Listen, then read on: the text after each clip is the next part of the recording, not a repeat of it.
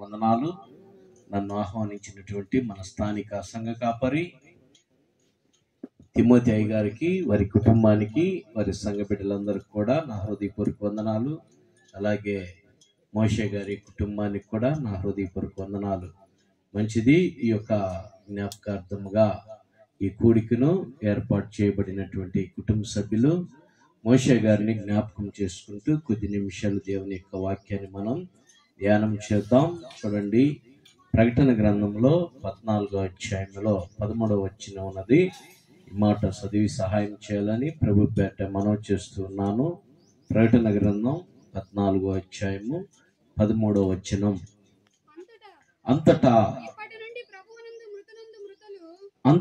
ఇప్పుడు నుండి ప్రభునందు మృతులైనటువంటి మృతులు ధన్యులని రాయమని పరలోకము నుండి ఒక శబ్దము, ఒక స్వరము చెప్పటం వింటిని.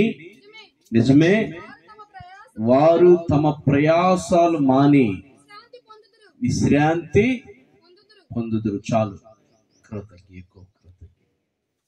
తగ్గి. మంచిది. చిన్న ప్రార్థన చేసుకుందాం. ప్రేమ కలిగిన తండ్రి, జీవము గల యేసయ్యా, జీవాధిపతి వందనాలు, స్తోత్రాలు. మా ప్రియులు నీ ప్రియకుమారుడు మోషే జ్ఞాపకార్థముగా ప్రభునైనా అయ్యా, ఇదిగో నా తండ్రి, కూడికను ఏర్పాటు చేసినటువంటి కుటుంబ సభ్యులను బట్టి, అయ్యా వారి బంధువులు, స్నేహితులు, శ్రేయాభిలాషులను బట్టి ప్రార్థిస్తూ ఉన్నాను. ఈ సమయంలో కొద్ది నిమిషాలు నీ వాక్యాన్ని ధ్యానం చేయబోచుండగా అల్పుని నన్ను సిలువ చాటును భద్రపరచుకోమని, అయ్యా ఇదిగో నా తండ్రి, మోషే విడిచి వెళ్ళినటువంటి కుటుంబ సభ్యులకి అయ్యా నువ్వు ఆదరణగా ఆదరించమని, అయ్యా నీ కృపతో నింపమని యేసు నామములో అడిగి వేడుకుంటున్నాము తండ్రి, ఆమేన్. మంచిదండి. ఇందాక తిమోతి గారు తెలియపరిచిన రీతిగా మన ప్రియులు కింగ్ సల్మాన్